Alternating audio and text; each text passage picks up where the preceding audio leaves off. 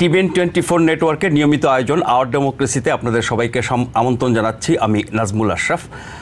আজ আমরা আলোচনা করব সারা দেশে ক্যাম্পাসে যে বিক্ষোভ হচ্ছে এবং সেই বিক্ষোভ দমনের জন্য বিশ্ববিদ্যালয় কর্তৃপক্ষ পুলিশ যা করছে এবং বিভিন্ন ক্যাম্পাসে প্যালেস্টাইনপন্থী এবং ইসরায়েলপন্থী বিক্ষোভকারীদের মধ্যে যে সংঘর্ষ হচ্ছে, এই নানান দিক নিয়ে আমরা আজকে আলোচনা করব। তার আগে একটু জানিয়ে রাখি, গত 24 ঘন্টায় সারা দেশের ক্যাম্পাস থেকে শত শত বিক্ষোভকারীকে গ্রেপ্তার করা হয়েছে। শুধুমাত্র নিউ ইয়র্কের কলাম্বিয়া ইউনিভার্সিটি এবং সিটি কলেজ থেকে গ্রেপ্তার করা হয়েছে 300 জনের বেশি বিক্ষোভকারীকে। আর ইউনিভার্সিটি অফ উইসকনসিনে তাঁবু সরিয়ে দিয়ে, যেমনটা কলাম্বিয়া ইউনিভার্সিটিতে করেছে বা আরও অনেক ইউনিভার্সিটিতে করেছে, সেখান থেকে কমপক্ষে 1 ডজন বিক্ষোভকারীকে গ্রেপ্তার করা হয়েছে। লস অ্যাঞ্জেলেসের ইউনিভার্সিটি অফ ক্যালিফোর্নিয়া প্যালেস্টাইন এবং ইসরায়েল সমর্থকদের মধ্যে সংঘর্ষ হয়েছে, সেখানে কমপক্ষে 15 জন আহত হয়েছে। এদের একজনকে হাসপাতালে ভর্তি করা হয়েছে। সেখানে সব ধরনের ক্লাস স্থগিত করা হয়েছে এবং ক্যাম্পাসে পুলিশ মোতায়েন করা হচ্ছে।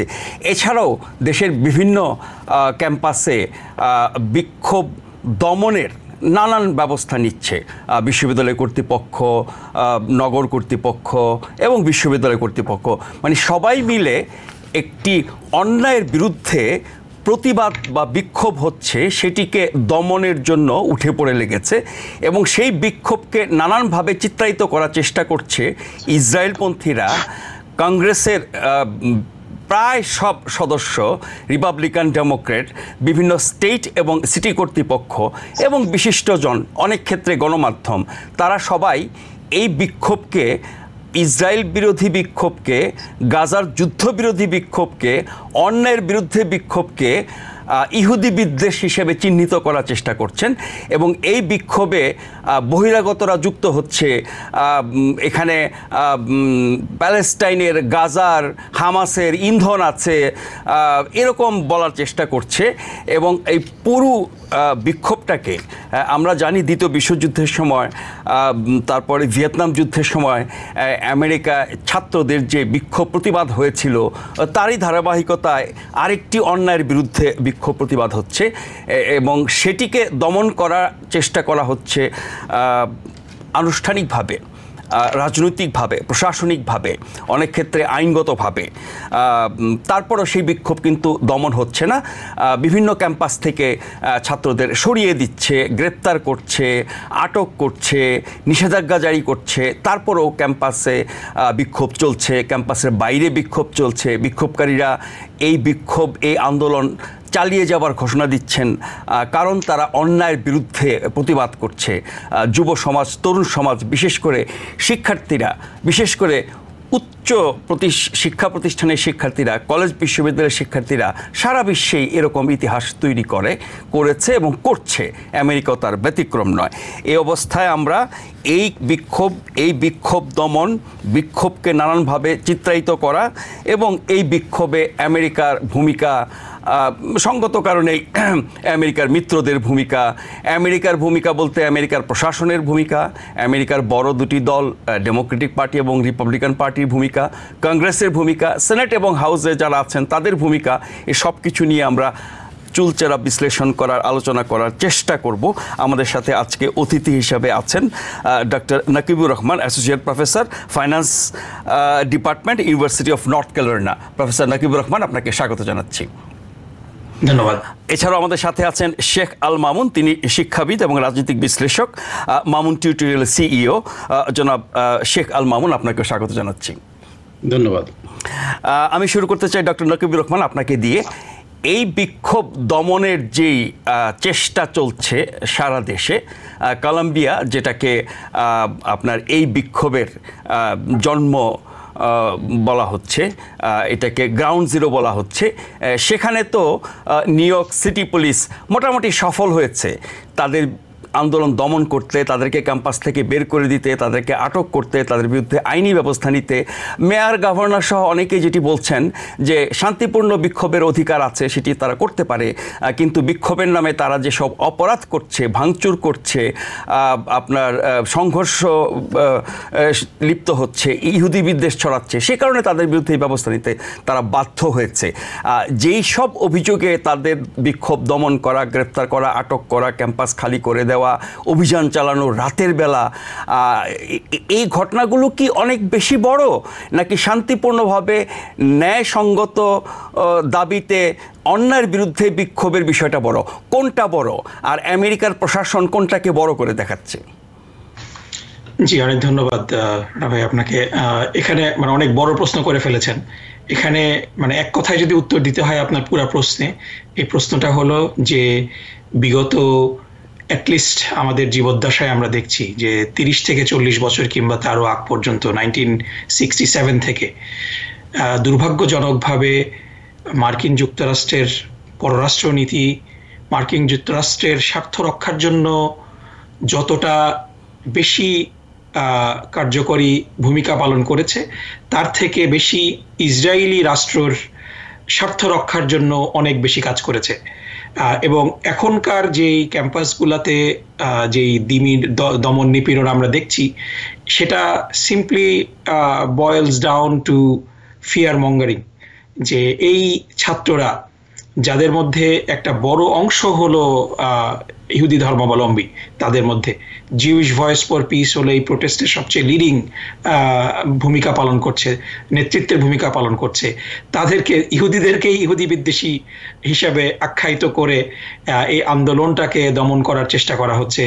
এখানে এই বিক্ষোভটা শান্তিপূর্ণ একটা বিক্ষোভ, এখানে কোনো রকম সংঘর্ষ হচ্ছে না, এখানে কোনো ধরনের ইহুদি বিদ্বেষ ছড়ানো হচ্ছে না। সিম্পলি তারা ভীত সন্ত্রস্ত। এবং আপনি মানে আমি খুব সম্মানের সাথে আপনার সাথে দ্বিমত পোষণ করি যে পুলিশ কোনোভাবেই সফল হতে পারেনি।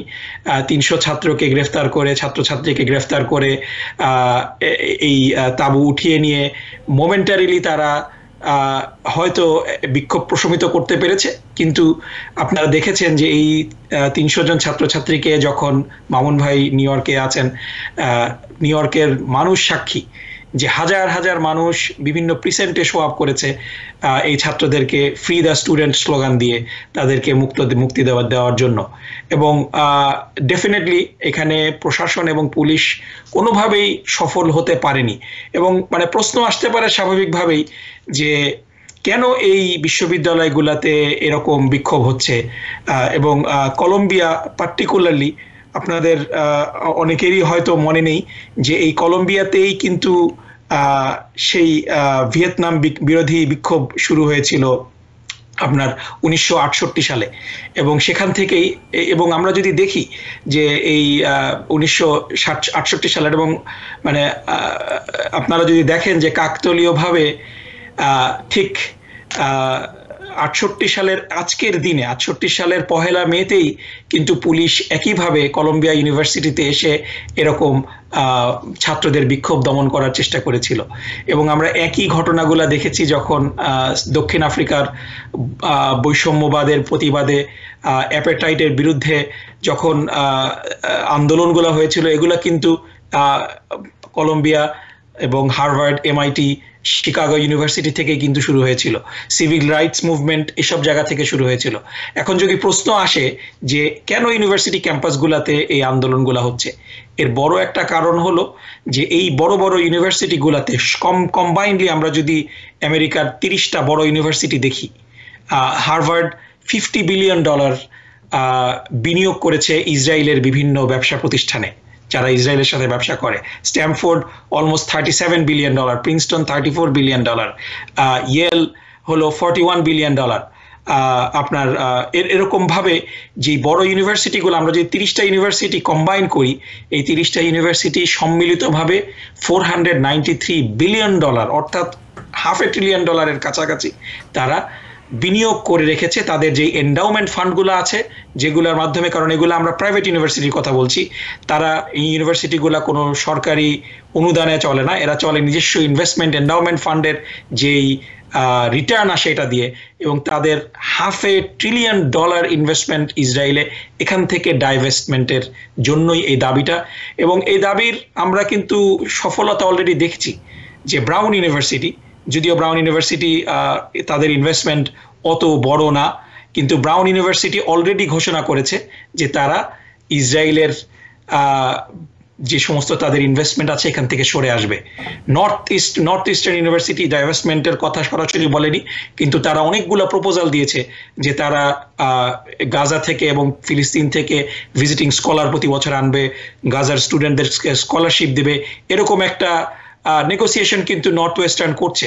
সো এই যে আমরা দেখছি যে মানে আপনার কয়েকটা মানে কন্ট্রাস্টিং বিষয়, যে একদিকে সবচেয়ে খারাপ অবস্থা হলো অস্টিনে, যেখানে গ্রেগ অ্যাবট টেক্সাসের রিপাবলিকান গভর্নর, যিনি একদিকে ফ্রি স্পিচের প্রবক্তা ছিলেন এবং বিভিন্ন সময় তিনি বিভিন্ন ক্যাম্পাসে উগ্র ডানপন্থী বক্তাদেরকে যে হেনস্থা করা হচ্ছিল এই বিষয়ে তিনি বড় বড় বক্তব্য দিয়েছেন যে ফ্রিডম অফ স্পিচ প্রোটেক্ট করতে হবে। আমরা ফ্রি স্পিচ এবং ফ্রিডমের বিষয়টাতে আসবো, তার আগে আপনি যেটি বলছিলেন যে আমেরিকার ইতিহাসে এরকম অনেক বিক্ষোভ হয়েছে, এগুলো তো ইতিহাস অনেক পুরনো। আমরা যদি সাম্প্রতিক কালেও দেখি জর্জ ফ্লয়েডকে হত্যার বিরুদ্ধে যে আন্দোলন, এমনকি আপনার এই যে গান শুট ভায়োলেন্সের বিরুদ্ধে যে আন্দোলন, সেই আন্দোলন কিন্তু এইভাবে দমন করা হয় নাই, সারা দেশে ছড়িয়ে পড়েছিল। তার পক্ষে রিপাবলিকান ডেমোক্রেটরা দাঁড়িয়েছিল, একদম সশরীরে তাদের সমাবেশে গিয়ে বক্তৃতা করেছে, কারণ সেখানে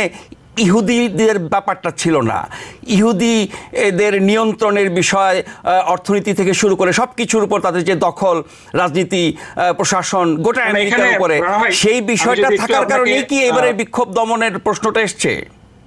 না, আমি আবার আপনার কোশ্চেনটাকে একটু যদি আমি ব্যাকট্র্যাক করি, এই সমাবেশ ইহুদি বিরোধী সমাবেশ না, ইহুদিদের কর্তৃত্ব বিরোধী সমাবেশ না। না, আমি সেটা বলছি না, আমি বলছি যে এই বিক্ষোভটা হলো যুদ্ধ বিরোধী বিক্ষোভ। এই বিক্ষোভটা পিওর অ্যান্ড সিম্পলি যুদ্ধ বিরোধী বিক্ষোভ। এই বিক্ষোভটাকে অন্য কোনোভাবে চিত্রায়িত করার কোনো সুযোগ নাই। এই বিক্ষোভে যুদ্ধ বিরোধী এবং ইসরায়েলের আগ্রাসন বিরোধী, কিন্তু যেহেতু ইহুদিদের প্রভাব অনেক বেশি, ইহুদি প্রতিষ্ঠানের প্রভাব বেশি, সে কারণে এটাকে ইহুদি বিদ্বেষ এই সেই বলে দমন করা হচ্ছে। এই বিশ্ববিদ্যালয়গুলোর যে বড় ডোনার, তারা তাদের মধ্যে একটা বড় অংশ হলো জায়নবাদী। যেমন কলম্বিয়া ইউনিভার্সিটির সবচেয়ে বড় ডোনার হলেন রবার্ট ক্রাফট, যিনি নিউ ইংল্যান্ড পেট্রিয়টস এর মালিক। তিনি অলরেডি প্রায় $30 বিলিয়ন তিনি বলেছেন যে আমি উইথড্র করছি। Because people sneeze. Because not everyone washes their hands. Because kids touch a lot of things. Set a date to get your COVID shot and RSV if eligible. Because if you're wondering, should I get my COVID shot? Think about other people.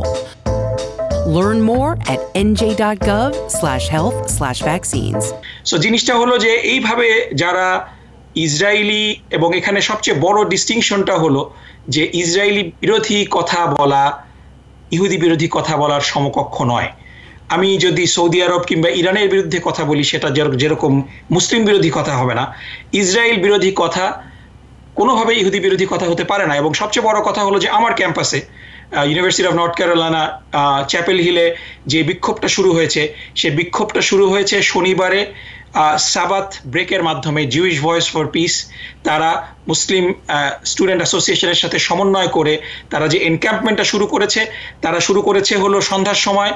সারাদিন যারা সাবাত পালন করেছেন, সাবাতের ব্রেকের মাধ্যমে ইহুদি ছাত্রীরা এই বিক্ষোভটা শুরু করেছে, এবং সাথে সাথে মাগরিবের নামাজ আদায় করার মাধ্যমে। সো এখানে সাবাত পালন করছে যে ইহুদি ধর্মীয় ছাত্রছাত্রীরা, তারা কিভাবে ইহুদি বিদ্বেষী হয়। এবং আমি শেষ করছি আরো একটা ভয়ঙ্কর কথা বলে, যে শুধু ক্যাম্পাসে পুলিশ পাঠিয়েই সরকার কিন্তু ক্ষান্ত হচ্ছে না। আরো এই ফ্রি স্পিচ দমনের জন্য কিছুক্ষণ আগে Congress US house house resolution 6090 পাশ করেছে। এটার নাম হলো অ্যান্টিসেমিটিজম অ্যাওয়ারনেস অ্যাক্ট 2023। এবং এই অ্যান্টিসেমিটিজম অ্যাওয়ারনেস অ্যাক্ট 2023-তে 91 জন ডেমোক্রেট ভোট দেননি। টোটালের 91 জন, তার মধ্যে 70 হলো ডেমোক্রেট, 21 জন হলো রিপাবলিকান, কিন্তু বাদ বাকি সবাই ভোট দিয়েছে এবং এটা পাশ করেছে বাইপার্টিজান ভাবে। এবং এই অ্যাক্টের মূল উদ্দেশ্য হলো যে অ্যান্টিসেমিটিজমকে ডিফাইন করা হয়েছে যে যারা ইহুদিদের রাষ্ট্রের এক্সিস্টেন্সের বিরোধিতা করবে, এটা হলো অ্যান্টিসেমিটিজম। এবং এই কাজের সাথে যেই নন প্রফিট অর্গানাইজেশনগুলো সম্পৃক্ত থাকবে, ট্রেজারি ডিপার্টমেন্টকে ব্ল্যাঙ্কেট অথরিটি দেওয়া হয়েছে তাদের ট্যাক্স এক্সাম্পট স্ট্যাটাস কেড়ে নেওয়ার জন্য। সো এটা হলো তার মানে হচ্ছে ইহুদি বিদ্বেষী যে অস্ত্রটি, ইহুদি বিদ্বেষের নামে যে অস্ত্রটি ব্যবহার করা হয় সেটিকে আরো শক্তিশালী করা হচ্ছে এই আইনের মাধ্যমে, শক্তিশালী করা। এবং এটা it's coming out of the playbook of north Korea, unfortunately বলতে বাধ্য হচ্ছি। এবং তৃতীয় বিশ্বের দেশগুলোতে বাংলাদেশে যেভাবে আপনার মানুষের মতামতকে বাংলাদেশ সহ বিভিন্ন দেশে, পাকিস্তানে এবং অন্যান্য কিছু আফ্রিকান দেশেও আমরা দেখেছি যে গণতন্ত্র এবং ফ্রিডম অফ এক্সপ্রেশন যেভাবে স্বৈরাচারী সরকার প্রধানরা বন্ধ করার চেষ্টা করছেন, সেই একই চেষ্টা করা হচ্ছে আমেরিকাতে। অথচ আমেরিকা সারা বিশ্বে এগুলো রপ্তানি করে, এই freedom of speech, democracy, Democratic right, citizens right, human rights, এগুলো নিয়ে তারা ব্যবসা করে সারা বিশ্বে, সবক দেয়, নিয়ন্ত্রণ করে। এখন তাদের নিজেদের দেশেই সেগুলো সমাপ্তি ঘটতে যাচ্ছে। আমি আসবো আবার আপনার কাছে, জনাব শেখ আল মামুন। এই যে বিক্ষোভ কলম্বিয়া থেকে শুরু করে আপনার সকল বিশ্ববিদ্যালয়গুলো, কলেজগুলোতে, ক্যাম্পাসগুলোতে যে বিক্ষোভ, এবং এই বিক্ষোভ দমনের ক্ষেত্রে যেই অজুহাতটি ব্যবহার করা হচ্ছে, বলা হচ্ছে ইহুদি বিদ্বেষ ছড়ানো হচ্ছে, বলা হচ্ছে ইহুদি বিরোধী স্লোগান দেওয়া হচ্ছে, বলা হচ্ছে যে এখানে আন্দোলনের নামে সহিংসতা করা হচ্ছে, নাশকতা করা হচ্ছে, এবং কলম্বিয়া ইউনিভার্সিটিতে ভাঙচুর, এগুলোর ছবি ব্যাপকভাবে প্রচার করা হয়েছে গণমাধ্যমে। কলম্বিয়ার কর্তৃপক্ষ সেই ভিডিওগুলো পাবলিশ করেছে। তার মানে হচ্ছে এত বড় একটি আন্দোলনের মাঝে ছিটে ফোটার যে ব্যতিক্রমগুলো, সেগুলো কারা কি উদ্দেশ্য করেছে, বহিরাগতরা করেছে কিনা, করিয়েছে কিনা, এর পেছনে ষড়যন্ত্র আছে কিনা, সেই প্রশ্নও আছে। এই যে ব্যতিক্রমী ছোটোখাটো ঘটনাগুলো, এটাকে বড় করে দেখিয়ে আন্দোলন বিক্ষোভ দমন করা, এটা কতটা গণতান্ত্রিক বা যৌক্তিক? Your exactly right. এটাকে বলা স্মিয়ার ক্যাম্পেইন। মানে আপনি বড় একটা বিক্ষোভের থেকে আপনি দুটো ছোটখাটো একটা জিনিস দেখতেছেন, সেগুলোকে মানে আপনি যখন সিএনএন দেখবেন এখন বা MSNBC, ফক্স দেখবেন, কন্টিনিউসলি কিন্তু ওই 10 সেকেন্ডের ভিডিও দেখানো হবে, কিন্তু তারা যে ওভারঅল সারা আমেরিকাতে দেখলে শত শত ইউনিভার্সিটিতে ক্যাম্পাসে ইয়াংরা, দে আর ভেরি স্মার্ট, এবং তারা যেটা করছে তারা খুব পিসফুলি করছে। তারা কিন্তু 1968 যেভাবে তারা বিক্ষোভ করছিল, ভাঙচুর করছিল, পুলিশের সঙ্গে তারা মারামারি করছিল, পাথর নিক্ষেপ করছিল, এটার সঙ্গে কিন্তু এটার কোনো কম্পারিশন নেই। এখানকার কিন্তু স্টুডেন্টরা দে আর ভেরি পিসফুল, তারা খুব সুন্দর ভাবে কাজ করতেছে, এবং তারা কিন্তু ডিমান্ড করছে খুব ভেরি বেসিক, যে you have to divest your investment from this country because this country is committing genocide. তার কারণ আপনি দেখতেছেন যে যেভাবে তাদেরকে খাদ্য বন্ধ করা হচ্ছে, তাদেরকে পানি বন্ধ করা হচ্ছে, তাদেরকে বম্বিং করা হচ্ছে ইনডিসক্রিমিনেটলি। যদি কোনো হসপিটালে বম্বিং করা কিন্তু ইউনাইটেড নেশনের জেনেভা কনভেনশনের এগেইনস্টে। তো this students know exactly what this country is doing, এবং with our money, with our bomb, এটা তারা স্টপ করার জন্য বলতেছে খুবই পিসফুলি। কিন্তু আপনি যেটা নিউ ইয়র্ক সিটির কথা বলতেছেন, কলম্বিয়া ইউনিভার্সিটি, আমাদের নিউ ইয়র্ক সিটি, এখানকার যে গভর্নর ক্যাথি হোকুল, তার approval is the lowest right now. আমাদের নিউ ইয়র্ক সিটির mayor Eric Adams, he is under investigation, এবং তাকে সেভ করার জন্য সে এখন মরিয়া হয়ে গেছে। তারপর he could go to jail. আমরা জানি যে তার he has to spend a lot of money, thousands of dollar for the law firm. FBI তার এগেইনস্টে তাকে ইনভেস্টিগেশন করতেছে, তার বাসায় সার্চ করছে। So both people are under huge problem, like Netanyahu কিন্তু under investigation, he could go to jail. Eric Adams আমাদের mayor, he could go to jail. So তারা এখন কিছু খুঁজে না পেয়ে এই ইহুদির সঙ্গে মিলিত হয়ে তাদেরকে সেভ করতেছে। কিন্তু তারা যদি টেকনিক্যালি দেখে, NYPD has no right to go to Columbia university because they have their own safety. যদি কলম্বিয়া ইউনিভার্সিটি দেখে যে তাদের হিউজ ডিস্ট্রাকশন হচ্ছে, then they could call, otherwise they don't have to. এখানে সিম্পলি স্মিয়ার ক্যাম্পেইন হচ্ছে, is a very organised ওয়েতে। আপনি দেখেন মিডিয়াতে দেখবেন না কোনো সত্যি কথা এখানে। এর সঙ্গে যোগ হয়েছে সমস্ত পলিটিশিয়ানরা, আমাদের গভর্নর, আমাদের city mayor. This is very, very unfortunate. Kintu, you see that the young kids, they're very smart, 18 to 30 years old, they are not backing up. তাদেরকে ইনকাম্পেন্ট থেকে তাদেরকে রিমুভ করা হচ্ছে, they are tripling, quadrupling, তার থেকে অনেক গুণ বেশি ছাত্রছাত্রীরা কিন্তু ইউনিভার্সিটিতে আসতেছে এবং এটার জন্য পিসফুলি প্রোটেস্ট করতেছেন। আচ্ছা মামুন ভাই, আপনার কাছে একটা প্রশ্ন, যে আমরা রিপাবলিকান ডেমোক্রেটিক পার্টির আচরণ, প্রশাসনের আচরণ, বিশ্ববিদ্যালয় কর্তৃপক্ষের আচরণ এবং এই সব কিছুর উপরে মানে ইহুদিদের প্রভাব ইহুদি প্রতিষ্ঠানের প্রভাব, ইহুদি অর্থনীতির প্রভাব, এগুলো আমরা জানি। কিন্তু আমেরিকার মতো একটা মুক্ত দেশে এখানে তো মুক্ত চিন্তার অনেক মানুষ আছে।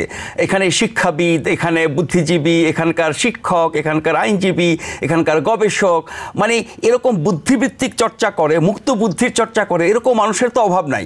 তাদের ভূমিকাকে আমরা আদৌ দেখছি? Well, that's right. এখানে কিন্তু this is a hypocrisy এই মুহূর্তে যেটা চলতেছে, যে আমরা মুক্ত চিন্তা for some group of people, but for some specific group of people you cannot say any word. আপনি যদি একটা কথা বলেন, you will be in trouble. So this is exactly what's happening right now. যে আপনি ইসরায়েলি সম্পর্কে আজকে যেটা 320 ভোটে পাস হয়েছে কংগ্রেসে, 90 জন 91 জন ভোট দেয়নি, সেই 320 জন they receive all of them getting money from what? I-PAC থেকে মানুষ পাচ্ছে। আমরা জানি যে অ্যান্টি ডেফেমেশন লীগ, যে তাদের যে চেয়ারম্যান, সে যখন MSNBC-তে গেল, তার বসের সঙ্গে কনফারেন্স হলো আধা ঘন্টা, সেখান থেকে বেরিয়ে আসার পরে কিন্তু মেহেদী হাসানকে ফায়ার করা হলো। সো আপনি MSNBC-কে অনেকটা লিবারাল মনে করা হতো, আমরা এখন CNN না দেখে, ফক্স না দেখে আমরা MSNBC দেখতাম, কিন্তু সেখানেও কিন্তু যখনই ADL প্রেসিডেন্টের সঙ্গে তার মিটিং হয়েছে, সেখান থেকে বেরিয়ে আসছে within half an hour with the excuse of I don't know, God knows, without any excuse Mehedi হাসানকে ফায়ার করা হয়েছে। তারপরে কামেল, আরো দুইটা যে যারা মানে মুসলমান নাম, তাদেরকে স্টপ করা হয়েছে। So it's a huge campaign. Media তারা কমপ্লিটলি কন্ট্রোল করে, এবং সেই মিডিয়া ক্যাম্পেইন করে এটাকে স্টপ করার চেষ্টা করতেছে, কিন্তু সেটা তারা পারে নাই।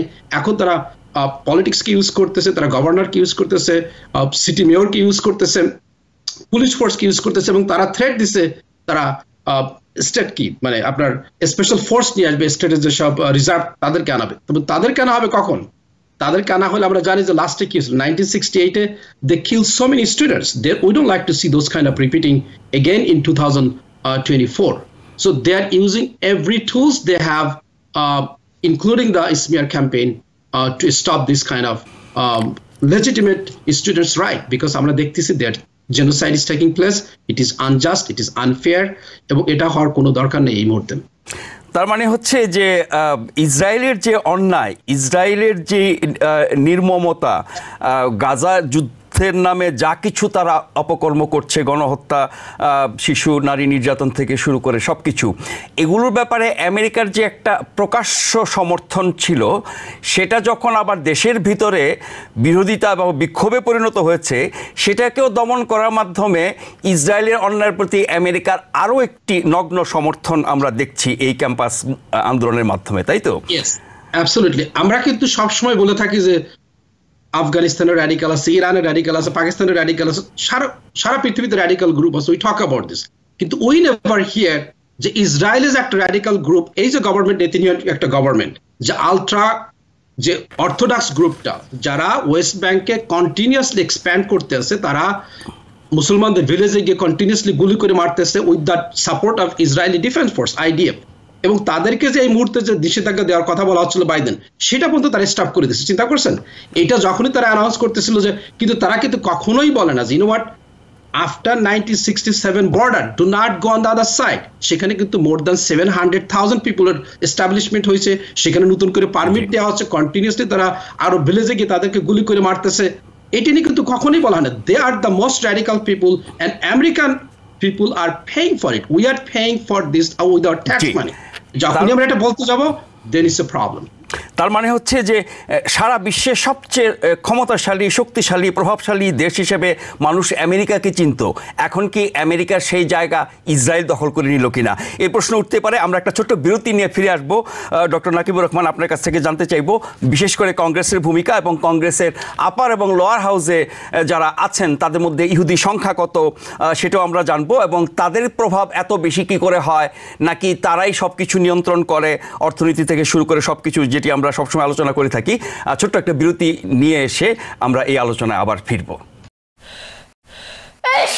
Because people sneeze. Because not everyone washes their hands. Because kids touch a lot of things. Set a date to get your COVID shot and RSV if eligible. Because if you're wondering, should I get my COVID shot? Think about other people.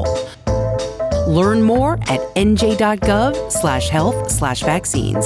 ধন্যবাদ আমাদের সাথে থাকবার জন্য। আমরা আলোচনা করছি campus বিক্ষোভ এবং সেই বিক্ষোভ দমন নিয়ে, এবং সেই বিক্ষোভের কারণ নিশ্চয়ই আমরা জানি। ছাত্ররা বিক্ষোভ করছে মূলত গাজায় ইসরায়েলের যে আগ্রাসন, যে অন্যায় যুদ্ধ, সেটি বন্ধ করার দাবি, এবং যেসব ইহুদি প্রতিষ্ঠানের সাথে বিশ্ববিদ্যালয়গুলোর সম্পর্ক আছে, যারা ইসরায়েলকে সমর্থন করে, ইসরায়েলের অন্যায়কে সমর্থন করে, সেই সব প্রতিষ্ঠানের সাথে, আর্থিক প্রতিষ্ঠানের সাথে বিশ্ববিদ্যালয়গুলোর সম্পর্ক ছিন্ন করার দাবিতে তারা এই আন্দোলন করছে। ডক্টর নাকিবুর রহমান, যেটা বিরতির আগে বলছিলাম যে আমরা জানি যে কংগ্রেসের মধ্যে সেনেটে 10 জন ইহুদি সদস্য আছেন, তার মধ্যে 9 জনই হচ্ছে ডেমোক্রেট, 1 জন হচ্ছেন স্বতন্ত্র বার্নি স্যান্ডার্স। আর হাউসে আছেন 27 জন, তার মধ্যে 25 জনই ডেমোক্রেট, 2 জন রিপাবলিকান। 435 সদস্যের কংগ্রেসে এদের সংখ্যা তো খুব বেশি না, কিন্তু কংগ্রেসের সিদ্ধান্ত, আইন কানুন পাস, সবশেষ যে আইনটির কথা আপনি বলছিলেন, সেসব ক্ষেত্রে তাদের প্রভাব এবং তাদের গুরুত্ব এবং তাদের সমর্থন এত বেশি কেন? জি, অনেক ধন্যবাদ। আমি শুরু করার আগে আরেকটা খুব ভালো সংবাদ, আমি এইমাত্র ব্রেকিং নিউজ আসলো যে নর্থ ক্যারোলাইনার একটা এলিট শিক্ষা প্রতিষ্ঠান ওয়েক ফরেস্ট ইউনিভার্সিটি একটু আগে প্রেস রিলিজ দিয়ে ইসরায়েল থেকে তাদের ডাইভেস্টমেন্টের ঘোষণা দিয়েছে। So this is the third victory. Brown, north western এবং যে বিশ্ববিদ্যালয়গুলো এই বিক্ষোভকারীদের দাবি মেনে নিচ্ছে এবং ডাইভেস্টের কথা বলছে, সিদ্ধান্ত নিচ্ছে, তারা খুব বেশি আর্থিকভাবে তাদের উপর নির্ভরশীল না, সেই কারণে এটা করতে পেরেছে না। এখানে কম বেশির বিষয় না, এখানে তো নির্ভরশীল কোনো ইউনিভার্সিটি নির্ভরশীল না। আমার টাকা আমি আপনার ব্যবসায় ইনভেস্ট করব না, এটাতে তো আপনার প্রতি আমার নির্ভরশীলতা হচ্ছে না, বরং আপনি আমার উপরে নির্ভরশীল। আমরা যদি দেখি তাহলে এই বিশ্ববিদ্যালয়গুলো কেন আর্থিক সম্পর্ক ছিন্ন করতে চায় না? নির্ভরশীল, আমেরিকা ইসরায়েলের উপর নির্ভরশীল হওয়ার কথা না, কিন্তু বিষয়টা অপোজিট হয়ে গিয়েছে। যে একটা বাংলায় একটা কথা চালু আছে যে লেজ কি কুকুর নাড়াচ্ছে না লেজ কুকুরকে নাড়াচ্ছে। সো বিষয়টা কিন্তু উল্টা হয়ে যাচ্ছে, যে ইসরায়েল যদি মার্কিন যুক্তরাষ্ট্রের সহযোগিতা না পায়, তাহলে পরে আপনি you can count on the number of days Israel will survive. সুতরাং এটা এমন হওয়া উচিত ছিল যে আমেরিকা ইসরায়েলকে সমর্থন দিতে তো বাধ্য, কারণ ইহুদিদের যে প্রভাব তাদের রাজনীতিতে, প্রশাসনে, দেশের উপর, যে এই প্রভাবটা আমি আপনার প্রশ্নটাকে আমি দুই ভাগে ভাগ করব। আপনি যে স্ট্যাটিস্টিক্সটা দিলেন যে বেসিক্যালি 9 জন সেনেটর এখন কংগ্রেসের, 9 জন সেনেটর হলো ইহুদি ধর্মাবলম্বী এবং 26 জন হলো হাউস মেম্বার, রিপ্রেজেন্টেটিভ। এবং এদের মধ্যে যদি আমি নাম ধরে ধরে বলি, যে সেনেটর বার্নি স্যান্ডার্স, উনি একমাত্র ব্যতিক্রম না।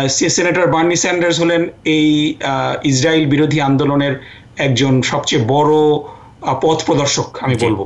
তারপরে জর্জিয়া থেকে সবচেয়ে সর্বকনিষ্ঠ যিনি সেনেটর জন আউসাফ, ইহুদি, তিনি কিন্তু ইসরায়েলের এই নৃশংসতার নিন্দা তিনি প্রকাশ্যে করেছেন। ইভেন নিউ ইয়র্কের চাক সুমার পর্যন্ত নেতানিয়াহুকে পদত্যাগ করার জন্য আহ্বান জানিয়েছেন। সেটি তারপরে একটিমাত্র বিবৃতি, আগাগোড়া তিনি কিন্তু অন্ধভাবে সমর্থন করেছেন। ওটা আমরা পরে আসি, কিন্তু আমরা বলছি যে দিস আর বিগ স্টেপস। তারপরে যদি আমরা হাউসের দিকে দেখি, গত 2022-তে মার্ক লেভিন নামে একজন ইহুদি কংগ্রেসম্যান, যিনি ইলিনয় থেকে ইলেক্টেড হয়েছেন, তাকে হারানোর জন্য এই AIPAC, American Israeli political action committee, প্রচুর পরিমাণ পয়সা খরচ করেছে একজন ইহুদিকে হারানোর জন্য, কারণ তিনি ইসরায়েলের সমালোচনা করেছেন। সুতরাং আমরা এখানে পরিষ্কার করতে হবে যে ইহুদি এবং জায়নবাদ এই দুইটার মধ্যে পার্থক্য। ইহুদি আমেরিকার আমরা যদি দেখি যে আজকে যে রিপাবলিকানরা এবং রাইট উইং সদস্যরা যারা ইসরায়েলকে সহযোগিতা করার জন্য নিজেদেরকে দেউলিয়া করছেন, তাদের চেয়ে ইহুদি বিরোধী মানুষ দুনিয়াতে আর পাওয়া যাবে না। তাদের মধ্যে মার্জেরি টেইলর গ্রিনের যদি আপনি পাস দেখেন, যে সে কনস্পিরেসি থিওরি এমনভাবে প্রমোট করে যে ক্যালিফোর্নিয়াতে যে ফরেস্ট ফায়ারটা হয়, সেটা নাকি ইহুদিরা স্পেস থেকে লেজার দিয়ে ফরেস্ট ফায়ার তৈরি করে। এই ধরনের ইহুদি বিরোধী বক্তব্য তাদের কাছ থেকে আসে। আপনার ইহুদি ইভাঞ্জেলিকো সবচেয়ে বড় যিনি প্রিচার, হেগি, আপনারা যদি তার বক্তব্য দেখেন, তিনি মানে পরিষ্কার লাখ লাখ মানুষের সামনে বক্তব্য দিয়ে বলেন, হিটলারের প্রশংসা করে বলেন যে হিটলার হলো is God sent, he was sent as a hunter, he rounded up Zeus.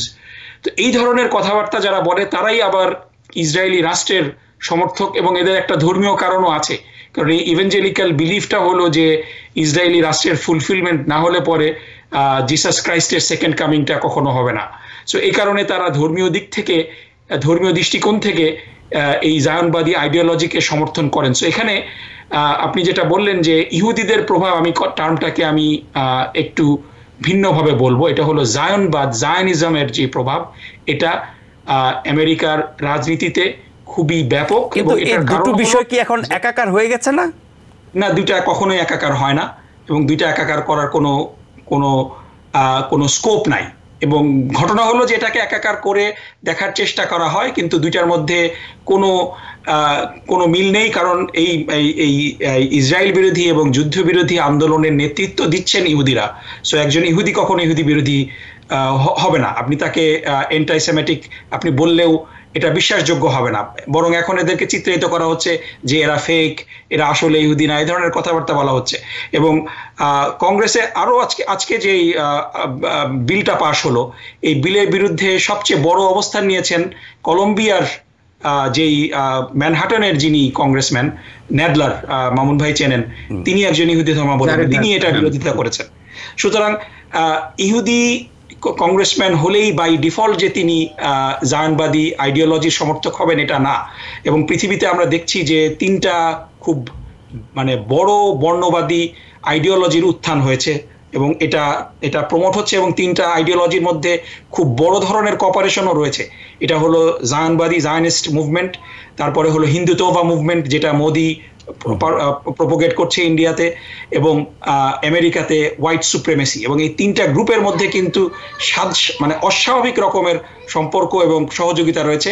এবং এই তিনটা আইডিওলজি আনফর্চুনেটলি আমেরিকাতে তাদের যে লবিস্ট গ্রুপ আছে, তারা প্রচুর পরিমাণ পয়সা হিস্টোরিক্যালি রেইজ করেছে, এবং তারা পয়সা দেয় এই কংগ্রেসম্যান এবং ইলেক্টেড অফিসিয়ালদেরকে, যার কারণে এনআরএ আমেরিকার আপনি যদি কোনো নিরপেক্ষ রাজনৈতিক বিশ্লেষণের সাথে কথা বলেন, আপনি দেখবেন যে তাদের ফ্রাস্ট্রেশনের জায়গা হলো দুইটা জায়গায়, যে দুইটা ক্যান্সারাস লবিস্ট গ্রুপ আমেরিকার রাজনীতিকে নিয়ন্ত্রণ করে, যার একটা বড় গ্রুপ হলো এনআরএ, ন্যাশনাল রাইফেল অ্যাসোসিয়েশন, যার কারণে আমেরিকার বন্দুক সন্ত্রাস এখনো পর্যন্ত, এটা সবাই জানে যে বন্দুক সন্ত্রাসের কারণে নিরীহ মানুষজনের প্রাণ যাচ্ছে, কিন্তু এটার ব্যাপারে কিছুই করতে পারে না। এবং দ্বিতীয় হলো AIPAC, American Israeli political action committee.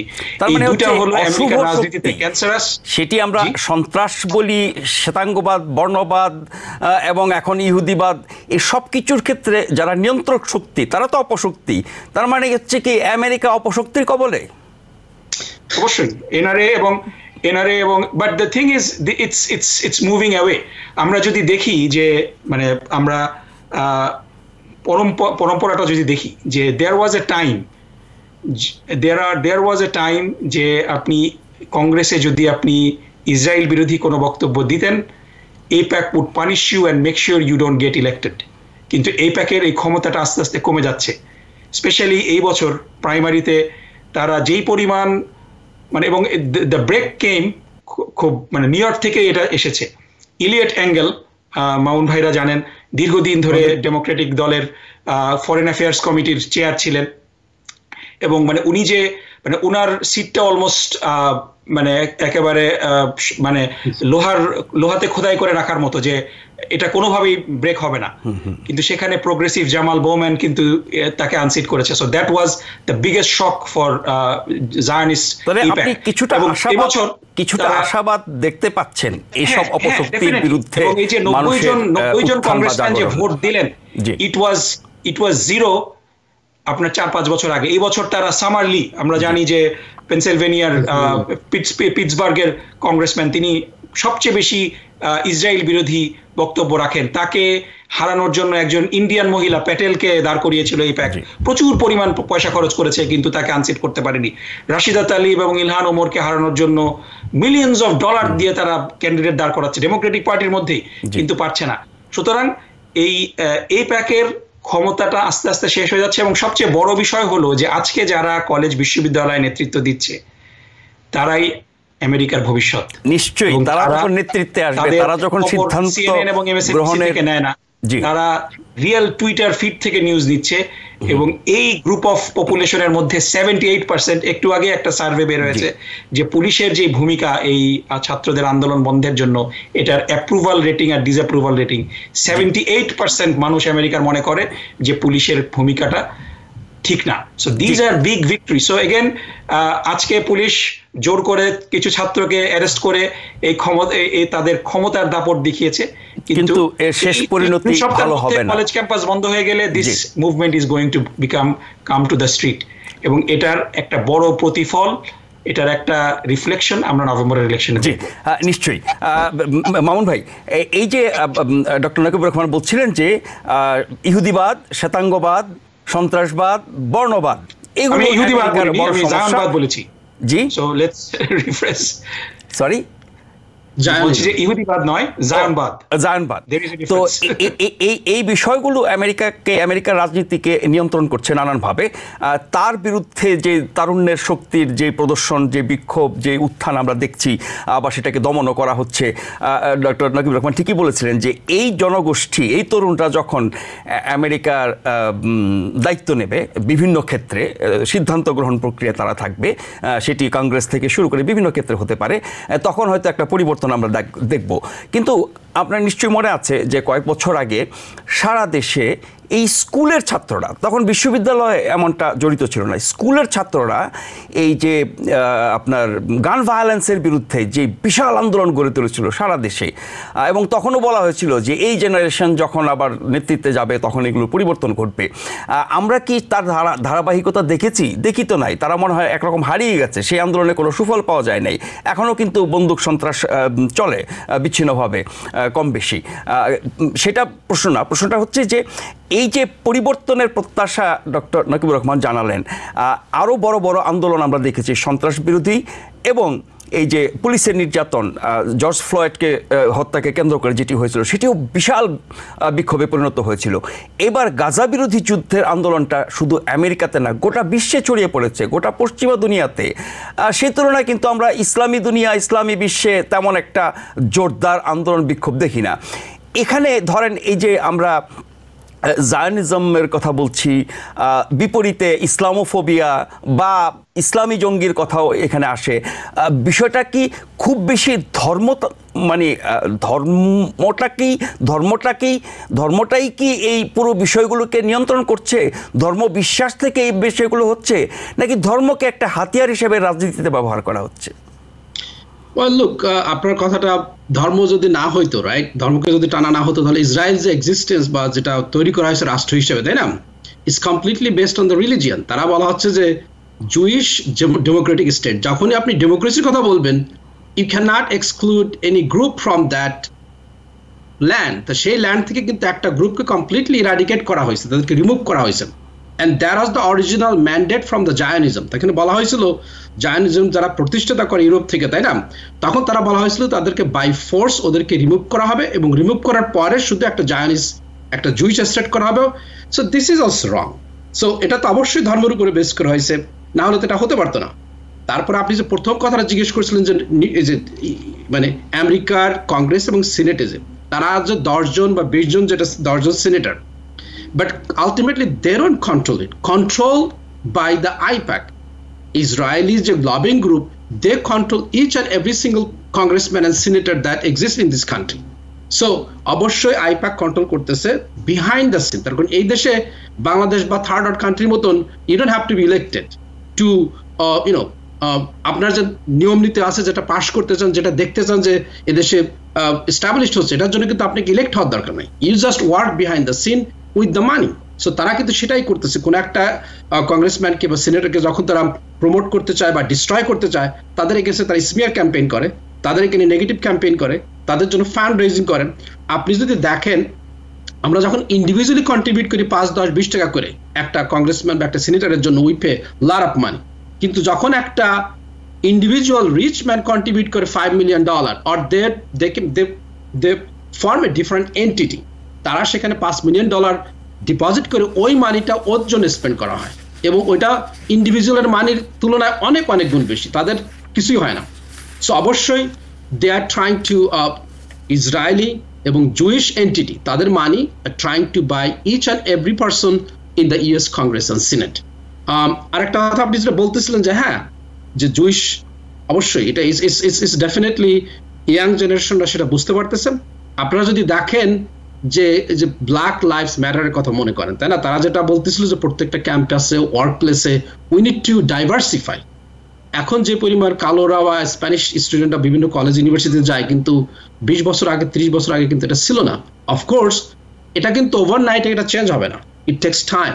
এবং ইভেনচুয়ালি একটা সোসাইটিকে আমরা যখন সকালবেলা আমরা যখন প্লেস দিতে যাই, আমরা যখন সকালবেলা আমাদের স্কুলে I place the legend to the United states যখন বলি যে for the justice and progress for everybody, এই কথাটা মানে কি সবাইকে এই সোসাইটিতে ইনক্লুড করতে হবে, কিন্তু ইটস নট হ্যাপেনিং। দেখবেন যে এখানে স্টিল ইনইকুয়ালিটি এক্সিস্ট করতেছে against the black, against the Hispanic, against the minority. তো এইটাকে যদি এস্টাবলিশ করতে হয়, you have to give them a chance to go to university, এবং সেটাই কিন্তু হচ্ছে। জি, একদম শেষ পর্যায়ে চলে এসেছি। 30 সেকেন্ডে আমি একটু শুনতে চাই ডক্টর নাকিবুর রহমানের কাছে, আপনি ফাইন্যান্সের টিচার। এই যে আমরা যত আলোচনা করলাম সব কিছুর পেছনে কিন্তু অর্থই সবচেয়ে বড় নিয়ামক শক্তি। অর্থ যে অনর্থের মূল ছোটবেলা থেকে আমরা শুনে আসছি, সেটারই কি বাস্তবায়ন দেখছি আমরা? হ্যাঁ, অবশ্যই অবশ্যই। এবং ফানি জিনিস হলো যে আমি যেটা বললাম যে আমরা যদি দেখি যে আমেরিকা ইসরায়েলকে পয়সা দেয় এবং এই পয়সা ছাড়া, এই সাহায্য ছাড়া ইসরায়েল এক্সিস্ট করবে না। আবার এই পয়সাটাই ফানেল হয়ে চলে আসে, যেমন ফর এক্সাম্পল এই কিছুদিন আগে $93 বিলিয়ন দেওয়া হলে এর মধ্যে $26 বিলিয়ন চলে গেল ইসরায়েলে। এই $26 বিলিয়ন আপনি যদি ট্র্যাক করেন মানি, এই $26 বিলিয়ন থেকে অ্যাটলিস্ট $1-2 বিলিয়ন চলে আসবে এপ্যাকের হাতে বিভিন্ন ব্যবসা প্রতিষ্ঠানের মাধ্যমে, এবং এই $বিলিয়ন দিয়ে আমেরিকার কংগ্রেসম্যান এবং সিনেটরদেরকে ক্রয় করে রাখা হয়েছে, যার কারণে তারা মানে দেয়ার ইন এ চোখ হোল্ড, যেটাকে বলে যে তাদের মানে ইচ্ছার বিরুদ্ধে তারা কাজ করছে, কারণ আদারওয়াইজ তাদের এই পয়সা থেমে গেলে অসহায় হয়ে পড়েছে এই অর্থের কাছে। মামুন ভাই বোধহয় যোগ করতে চেয়েছেন 10 সেকেন্ডে একটু এক লাইন। এই যে 26 বিলিয়নের যে 15 বিলিয়ন স্পেন্ড করা হবে buying the arms from the Lockheed Martin, from the Boeing, মানে এটা ইভেন্টুয়ালি ব্যবসাটা তাদের কাছেই আসছে।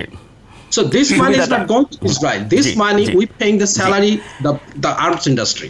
নিশ্চয়ই অনেক অনেক ধন্যবাদ ডক্টর নাকিবুর রহমান এবং শেখ আল মামুন, আপনাদের দুজনকে আমাদেরকে মূল্যবান সময় এবং বিশ্লেষণ দিয়ে উপকৃত করার জন্য।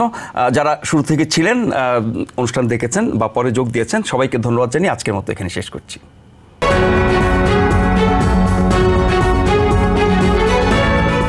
TBN 24 টেলিভিশন দেখতে আজই কল করুন 7187776556।